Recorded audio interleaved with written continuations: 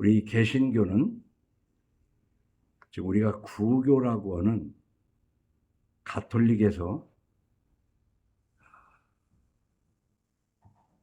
뭐라고 해야 되느냐, 종교 개혁을 했다고 그러지만은 사실은 쫓겨난 겁니다. 왜?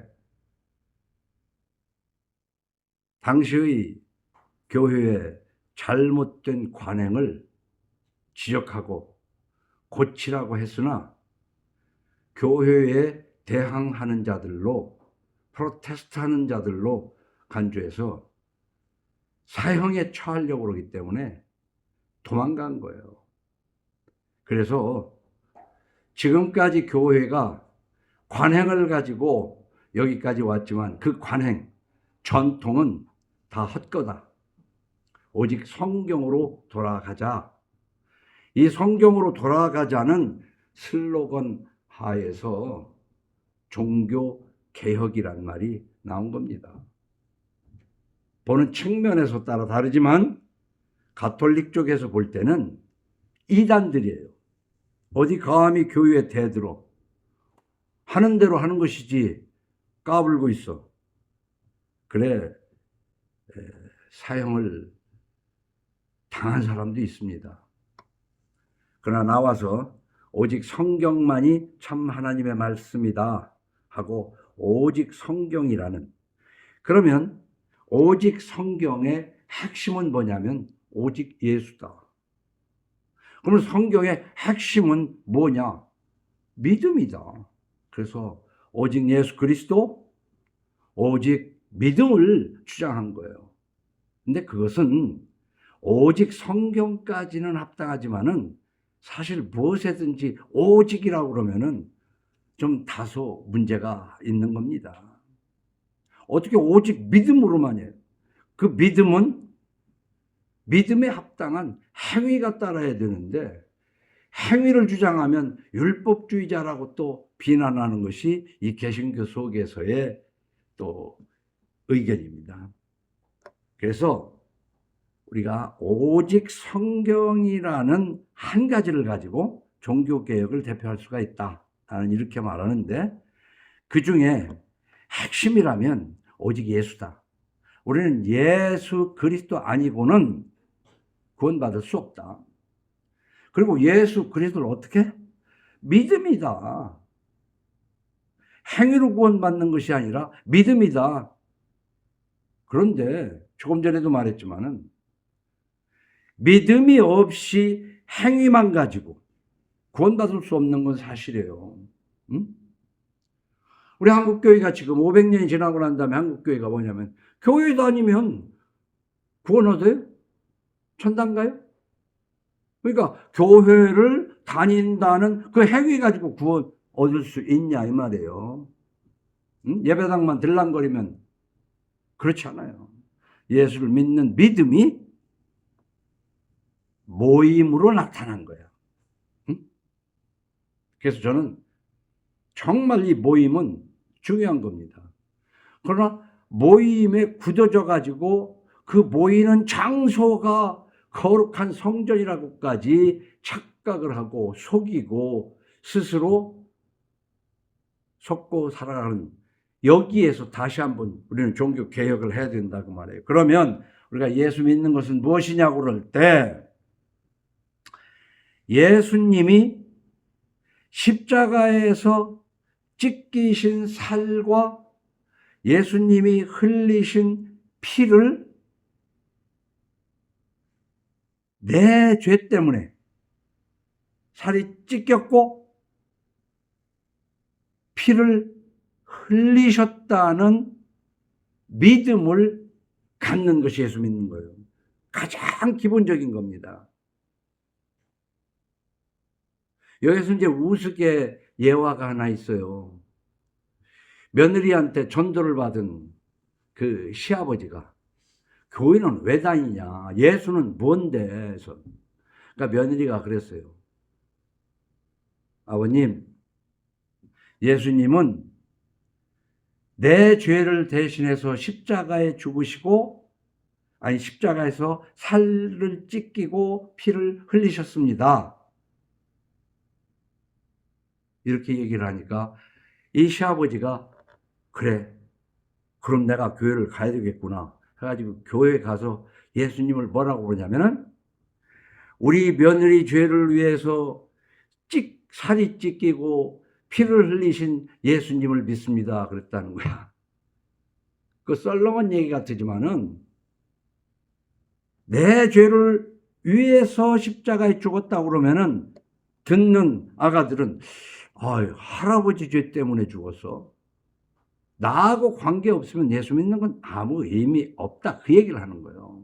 너무 당연한 것인데도 나 자신의 죄를 위하여 십자가에 찢기고 흘렸다. 그래서 예수님께서 말씀하시기를 이것을 떡과 잔으로 기념하라 라고 했어요. 우리 종교개혁에서 이 대목을 아주 핵심적으로 알고 믿어야 됩니다. 그런데 우리는 지금 이사야서를 쭉 읽어가고 있는데 특별히 이 이사야서 40장에서부터 끝장 66장까지는 구약이면서도 이 구약 속의 신약이다 라고 평가하는 대목들이 쭉 나옵니다. 근데 40장에서 끝장 66장까지 이 구약 속의 신약이라고 하는 그 중에 더더욱 지난 40장에서부터 오는 48장까지는 특별히 하나님이 선택한 백성 이스라엘이 바벨론으로 포로에 잡혀갔다가 70년 만에 귀향하는 해방되는 그런 내용들입니다. 그런데 사실 여러분들이 이 이사야 외에도 구약을 통해서 알지만은 포로로 끌려간 것이 다른 게 아니에요. 하나님이 끌어가게 하신 거예요. 말씀하시고 또 말씀하셔도 때가 이름에 그래도 돌아서지 않기에 포로되게 하고 그것도 3, 4년도 아니고 70년을 포로 생활을 하게 됐어요. 그러나 거기에서 구원하신 내용인데 이 이사야는 이스라엘 백성들이 그 포로로 끌려가기 100 내지 150년에 활동한 사람이에요. 그러니까 지금 읽고 있는 것은 현상을 얘기하는 게 아니라 미래에 잡혀갔다가 미래에 하나님의 은혜로 구원될 것이라는 예언을 기록한 겁니다. 그런데 오늘 1절 말씀은 뭐라고 합니까? 우리 다 같이 1절을 한번 큰 음성으로 같이 읽어봅시다. 시작. 섬들아 내 앞에 잠잠하라. 민족들아 힘을 새롭게 하라. 가까이 나오라. 그리고 말하라. 우리가 서로 재판자리에 가까이 나아가자. 여기 뭐냐면 우리가 서로 재판자리에 나아가자. 이 말은 하나님께서 우리들에게 하시는 말씀이에요. 우리가 한번 따져보자. 이게 한번 재판해보자. 따져보자. 뭘 그렇게 따지자는 거예요. 우상 숭배하는 모든 나라 모든 사람들에게 한번 따져보자. 너희들이 우상 숭배하는 것이 합당한 것이냐 그런 얘기예요. 지난 시간에도 우리가 읽었지만은 오늘 7절은 우상에 대해서 짧게 이렇게 기록하고 있습니다. 목공이 뭡니까? 나무로 여러 가지를 만드는 목수들이 만드는 그 일을 목공이라고 하지 않습니까? 목공은 금장색을 격려하며 망치로 고르게 하는 자는 매질꾼을 격려하며 이르되 땜질이 잘 된다 하니 그가 못을 단단히 박아 우상을 흔들리지 아니하게 하는도다. 우상을 나름대로 여러 가지 형상으로 단단하게 만들어서 고정시키는 내용을 7절은 기록하고 있는 거예요. 그래서 지난주에는 부처가 어느 나라에서 온 거냐? 메이드 인 차이나다. 그 만들어진 것이란 말이에요. 그러면 그 우상 앞에 무언가 바라는데 한번 따져보자. 21절에서부터 나 여호와가 말하노니 한번 따져보자. 너희 우상들은 소송하라. 그러니까 재판 한번 해보자. 뭐가 옳고 그른지 한번 따져보자 그 말이에요. 야곱의 왕이 말하노니 너희는 확실한 증거를 보이라. 하면서 21절로 24절에 우상이 얼마나 무능력한가를 아무 능이 없는 거예요. 그럼 어떤 말을 하더라도 장래에 있을 일을 말하거나 생사화복을 주장할 수 있느냐 그 말이에요. 그 중국산 부처가 뭔 말을 하고 능력을 행하겠습니까? 그래서 시편 115편 3절에는 3절 이하는 이렇게 기록합니다. 오직 우리 하나님은 하늘에 계셔서 원하시는 모든 것을 행하셨나이다. 하나님은 원하시는 모든 것을 행하시는 분이에요. 그럼 우상이라는 건 뭐예요? 그 사람들이 정성껏 만들어서 고정시켜 놓은 것이라고요. 4절에 그들의 우상들은 은과 금이요 사람이 손으로 만든 것이라. 한번 따져보자. 하나님은 무엇이든지 하실 수 있는 분이지만 우상은 사람이 만들어 놓은 거 아니냐. 그런데 더 설명을 합니다. 입이 있어도 눈이 있어도 귀가 있어도 코가 있어도 냄새도 못 맡고 보지도 못하고 듣지도 못하고 말도 못하는 거 아니에요. 그 우상에도 보면 눈, 코, 입을 다 만들어 놨다고요. 사람의 모양으로.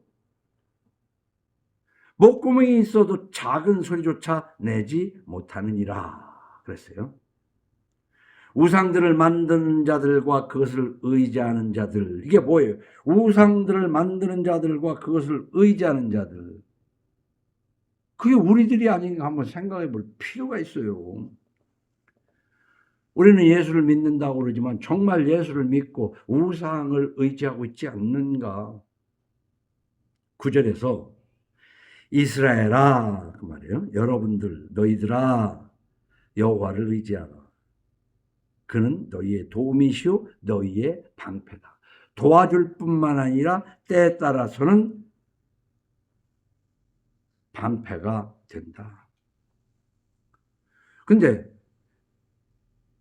우리 한국 기독교가 교인이 1000만을 넘었다고 자랑스럽게 얘기하던 그 시대에서 지금 많이 줄어들기는 했어도요.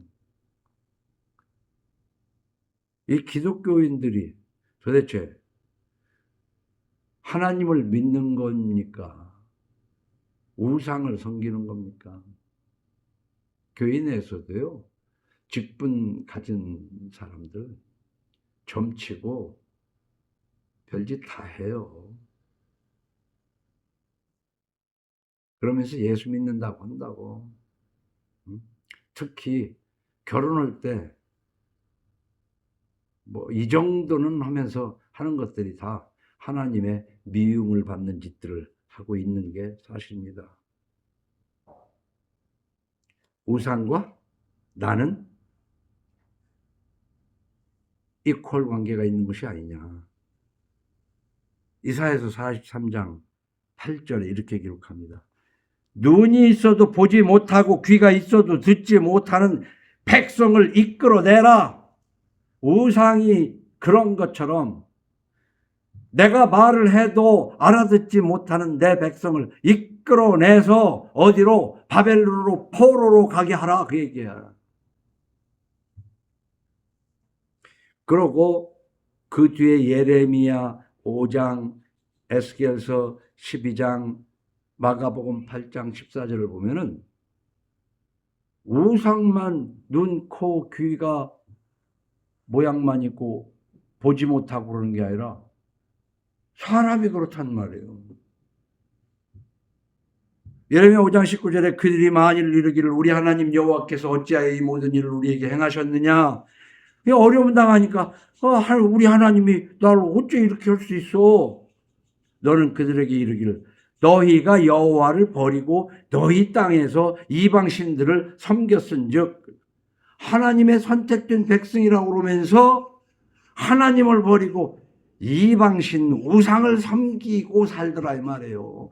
그 이스라엘에 있었던 일들이 내가 볼 때는 한국 기독교뿐만 아니라 세계 개신교 말이 그 교회라는 것을 다니는 사람들이 다 이 꼴이라고.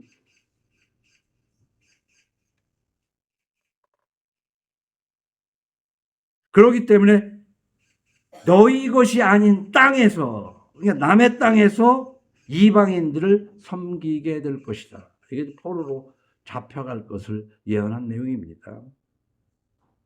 너는 이를 야곱 집에 선포하며 유다의 공파에 이르기를, 어리석고 지각이 없으며 눈이 있어도 보지 못하며 귀가 있어도 듣지 못하는 백성이여 이를 들을지어다. 듣긴 들었어. 그런데 못 깨달아. 어? 화장실 간다고 그러니까 나 여기 앉아서 기다릴게 했는데도 화장실 갔다가 저는 저대로 갈 길 가. 못 알아들어. 내가 볼 때는 부부간에도 못 알아듣고 형제간에도 말했는데 서로 못 알아들어. 봤는데도 몰라. 생각이 따로 있기 때문에. 근데 하나님 말씀을 들으면은 그대로 들려요? 요즘요, 교회 숫자도 많이 늘고 있지만은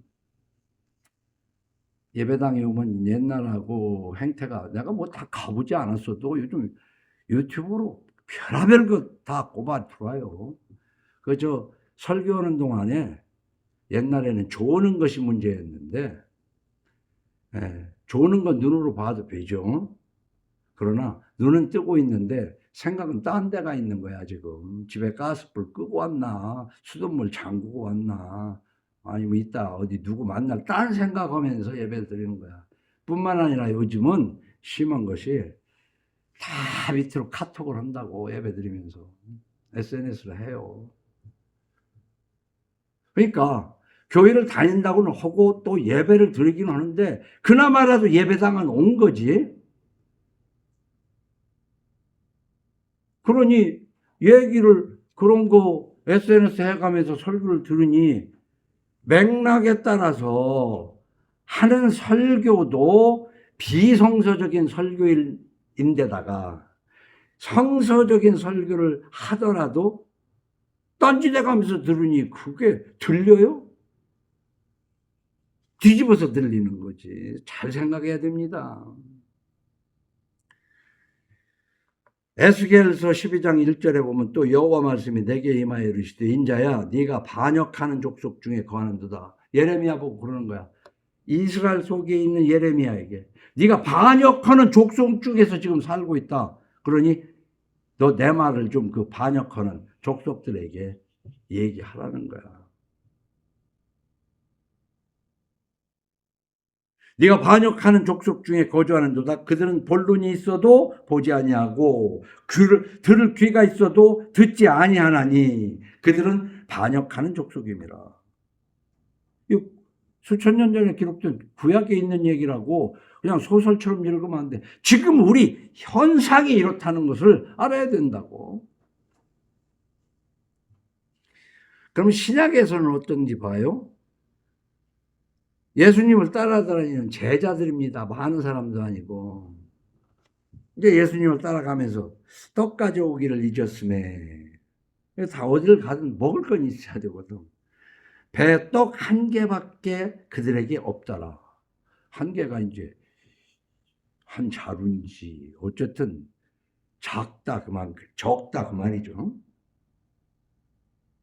예수께서 경고하여 이르시되 삼가 바리새인들이 누룩과 헤롯의 누룩을 주의하라 하시니, 예수님께서 이 말씀하신 뜻은 다 지금 떡이 한 개밖에 없다고 염려하는 것을 아시고 하시는 말씀이거든. 그런데 16절에 제자들이 서로 수군거리기를 이는 우리에게 떡이 없음이로다 하거늘. 지금 상황 속에서 다 달라 생각이.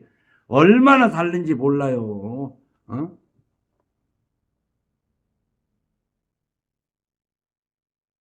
우리가 조금만 아파도 병원에 가서 그 주는 약에 대한 의미 같은 것도 서로 다 달라. 그러니까 예수께서 아시고 이르시되 너희가 어찌 떡이 없음으로 수군거리느냐. 아직도 알지 못하며 깨달지 못하느냐. 너희 마음이 둔하냐. 너희가 눈이 있어도 보지 못하며 귀가 있어도 듣지 못하느냐. 또 기억하지 못하느냐. 예수님이 우상만 눈, 코, 귀가 있어도 보지 못하고 듣지 못하는 게 아니라 제자들 보고 하시는 말씀에 너희들도 그렇구나. 너희들도 뭘 이렇게 못 보냐. 왜 그러냐면 요 말씀하시기 조금 전에 경험을 했어요. 오병이어의 체험을 했다고요. 떡 5개와 고기 2마리 가지고도 쭉 나눠주니까 먹고 5,000명이 먹고 12강주리를 거둔 것을 봤어. 그런데 지금 떡이 작다고 염려하고 있는 거야. 우리가 신앙생활하면서요. 하나님 앞에 큰 체험을 하고도 지나가고 나면은 또 조그마한 일에 고민을 하는 거야. 그러니까 우상만 귀가 있어도 듣지 못하고 눈이 있어도 보지 못하는 게 아니라 우리가 눈이 있어도 보지 못하고 귀가 있어도 듣지 못하는 것을 깨달아야 돼요.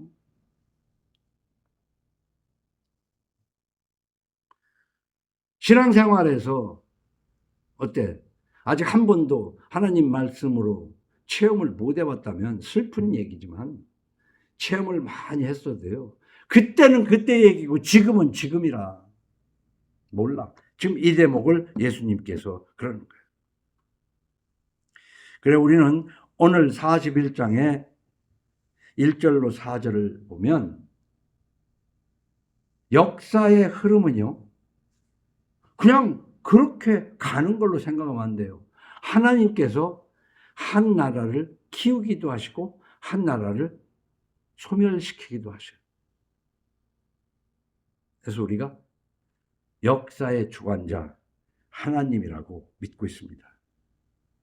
그러니까 하나님이 한 나라를 키우시고 그 나라의 왕을 통해서 그 나라를 키우는 정도로 키우는 과정에 다른 나라들을 다 정복할 수 있도록 하나님이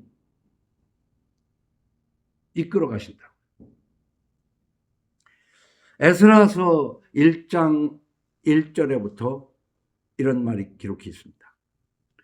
이제 이때가 언제냐면은 이스라엘이 하나님에 의해서 끌려가서 이제 해방될 그 무렵에 어떻게 해방시키는가? 바사왕 고레스 원년에 이렇게 합니다. 이 성경에서 바사라고 그러면은 이게 페르시아를 얘기하는 거예요. 페르시아 왕 원년. 근데 임금은 누구예요? 고레스라는 사람이에요. 이건 이방인 아닙니까? 예레미야의 입을 통하여 하신 말씀을 이루게 하시려고 바사왕 고레스의 마음을 감동시켜서 하나님은 사람을 사용하실 때 어떻게 사용하시냐면 마음에 감동을 시키셔요.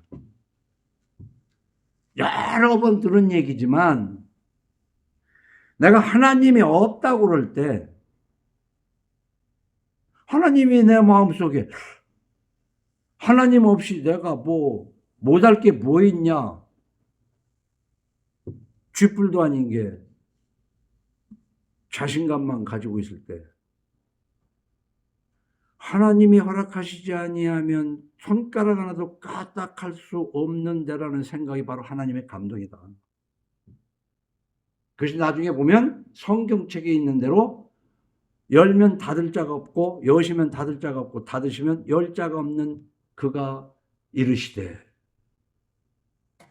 근데 지금 하나님께서 이 바사 페르시아를 키우셨어요.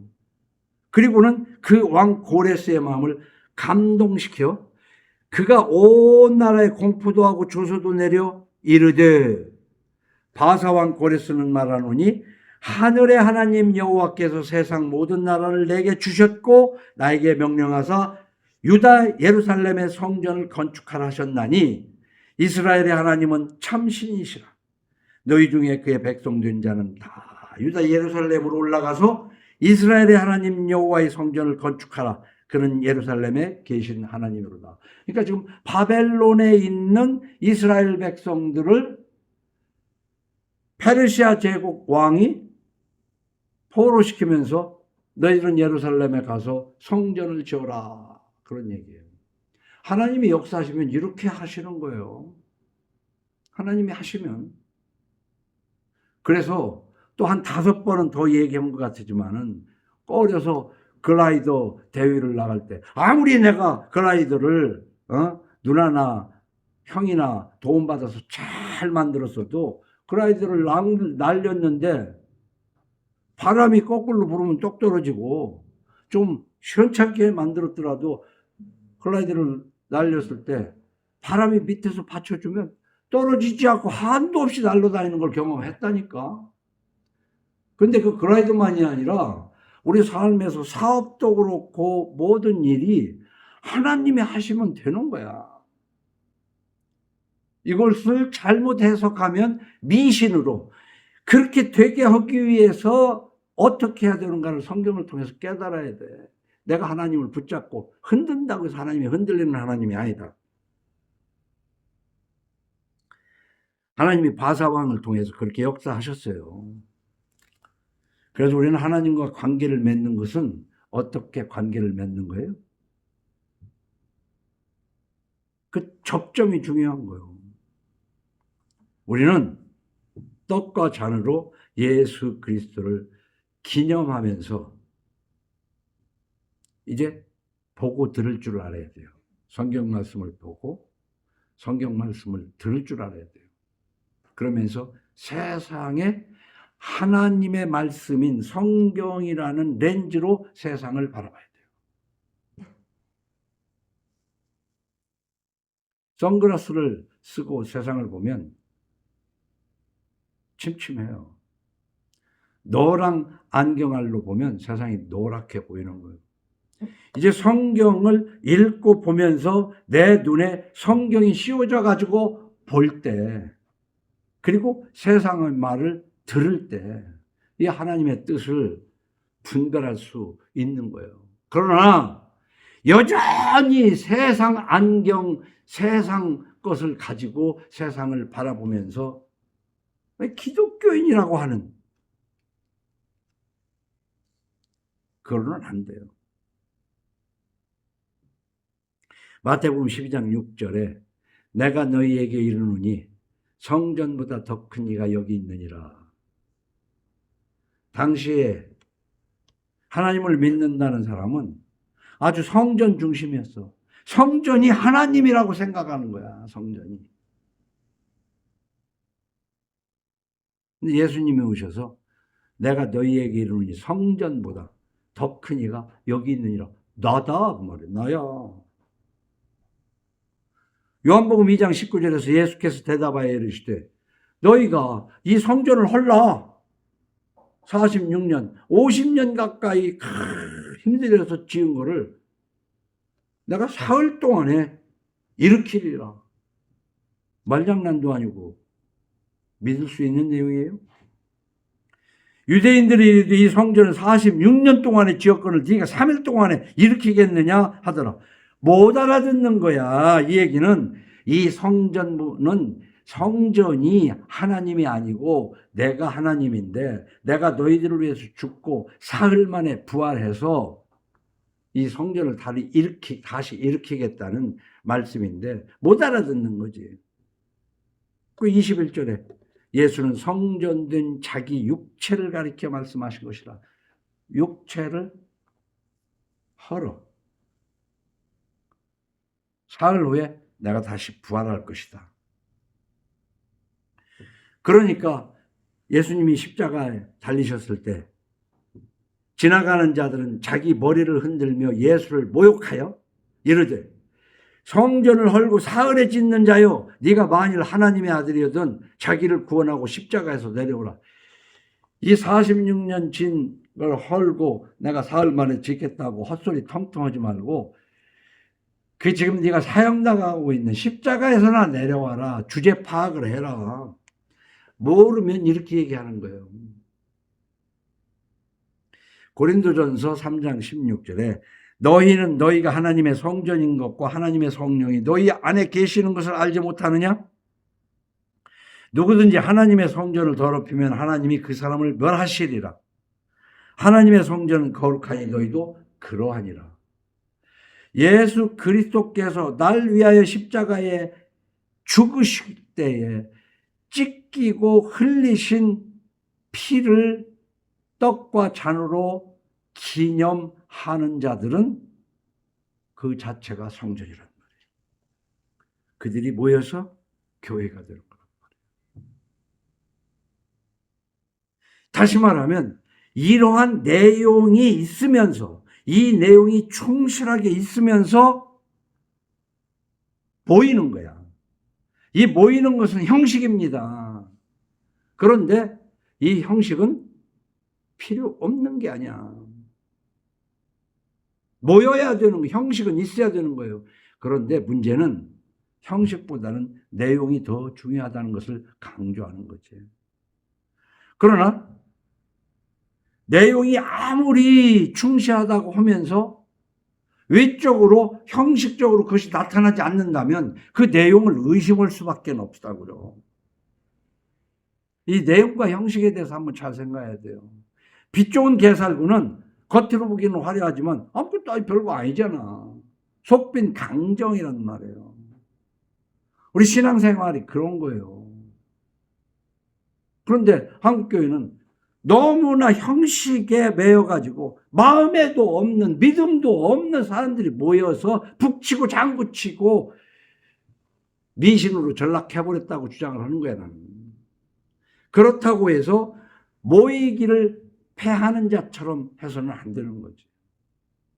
예수를 그리스도로 모신 그 내용이 충실한 사람은 성도가 서로 무난하면서 소통하면서 이렇게 가야 되는 거예요. 그러면 서로 소통하고 무난하는 것이 없다는 것은 그 내용을 의심해 볼 수밖에 없다는 얘기지. 그런데 서로 소통하고 무난하고 자주 만나는데 내용 없는 것들이 너무 많아요. 그걸 지적하는 거야. 다시 한번 반복하지만 누가 성전이 될 수 있는가? 예수 그리스도께서 십자가에서 찢기신 살과 흘리신 피를 기념하라는 명을 받은 그 교회가 바로 성전이다.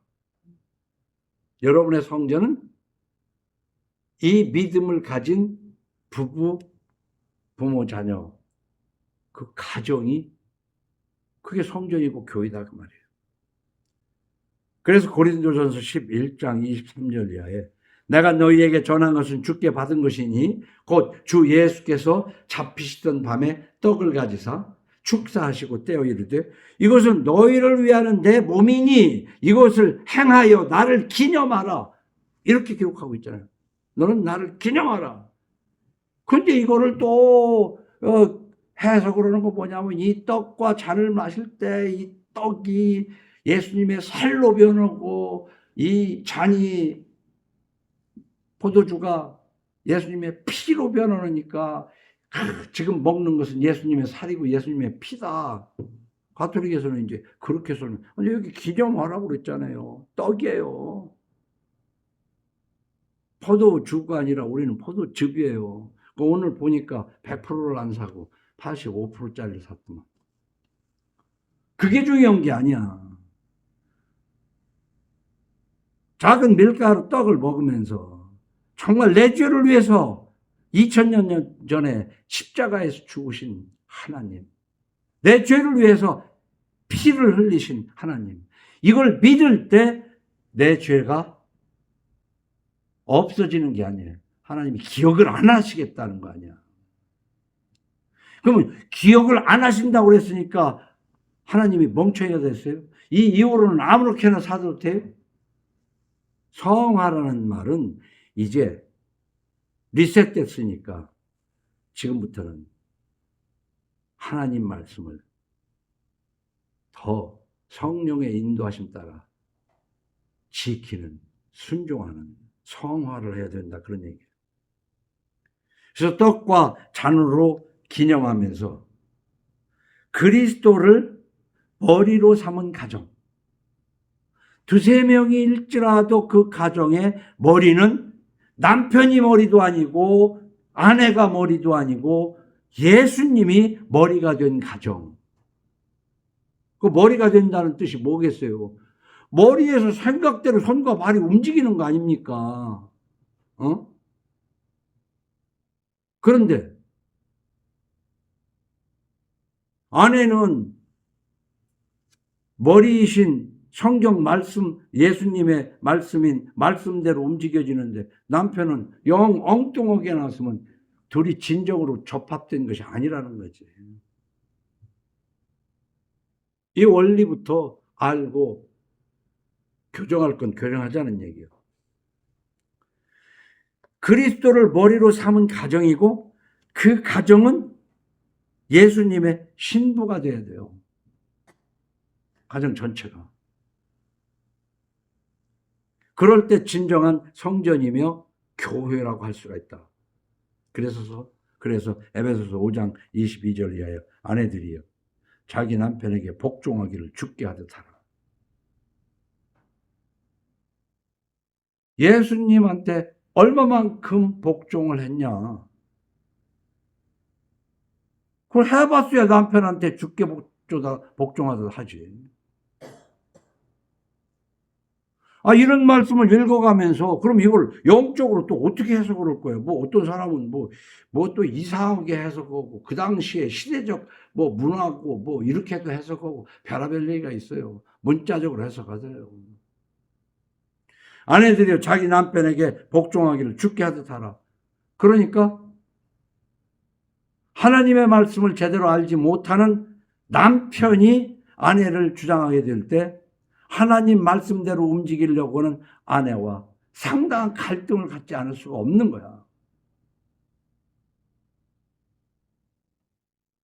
왜 주께 하듯 하라고 그랬냐면 이는 남편이 아내의 머리됨이 남편이 아내의 머리라는 거야. 그리스도께서의 머리됨과 같습니다. 그러므로 교회가 그리스도에게 하듯 아내들도 범사에 자기 남편에게 복종할지니라. 그런데 이렇게 복종할 때에 일방이 아니에요. 쌍방이야. 남편들아 아내 사랑하기를 그리스도께서 교회를 사랑하시고 그 교회를 위하여 자신을 주신 것 같이 하라. 아내를 위해서 살을 찢고 피를 흘려라 그런 얘기예요. 근데 자기는 살을 찢고 피를 흘리기는커녕 서톤만한 찔림도 싫고 아내에게 복종만 강요하는 그런 집사, 권사, 장로가 있으면 그 정말로 웃기는 얘기지.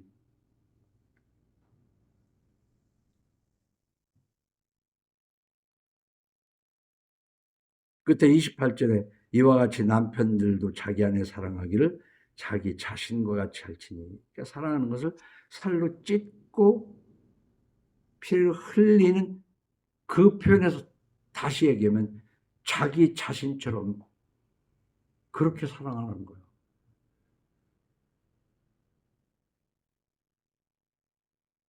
그 이상 더 설명할 게 뭐가 있겠습니까? 내가 내 팔다리를 어떻게 편하고 쉽게 하듯 아내를 그렇게 하라는 겁니다.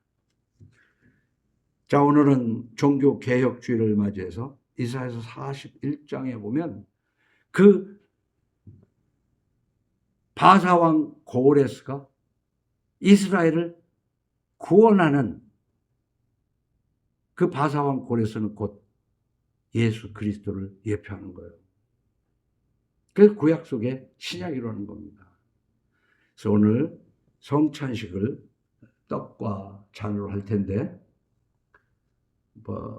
교회 헌법으로는 14살 이상의 세례를 주고 어쩌고 그러지만은, 이제 막 태어나는 영세도 주는 그런 경우도 있는데, 지난번서부터 내가 성서적으로 결정한 거는, 홍빈이라도 하나님이 널 위해 십자가에 죽으실 때 찢기고 흘린 피다라는 것을 홍빈이에서부터는 좀 어려울지 몰라도 기원이는 그것을 알고 믿고 먹고 마셔야 돼. 먹고 믿음으로 떡을 먹고 잔으로 기념할 사람은 다 앞으로 나오기 바랍니다. 지금은 우리를 그 모든 죄에서 깨끗이 씻으시려고 십자가에서 피와 물을 다 쏟으시고 사흘 만에 부활하신 우리 주님 예수 그리스도의 은혜와 만물을 창조하시되 엿새 동안 창조하시고 이랬째 안식하신 아버지 하나님의 그 놀라운 능력과 독생자를 아낌없이 우리 죄를 대신하여 이 땅에 보내신 그 만극하신 사랑과 우리가 귀가 있어도 눈이 있어도 듣지도 보지 못하는 자가 되지 않고 보고 알고 들어 알 수 있도록 깨닫게 하시는 성령님의 은총이 오늘도 종교개혁을 기념하면서 떡과 잔으로 우리 예수 그리스도를 기념한 택하신 모든 사람들 머리 위에 지금부터 영원까지 함께 하시기를 간절히 축원하옵나이다. 아멘.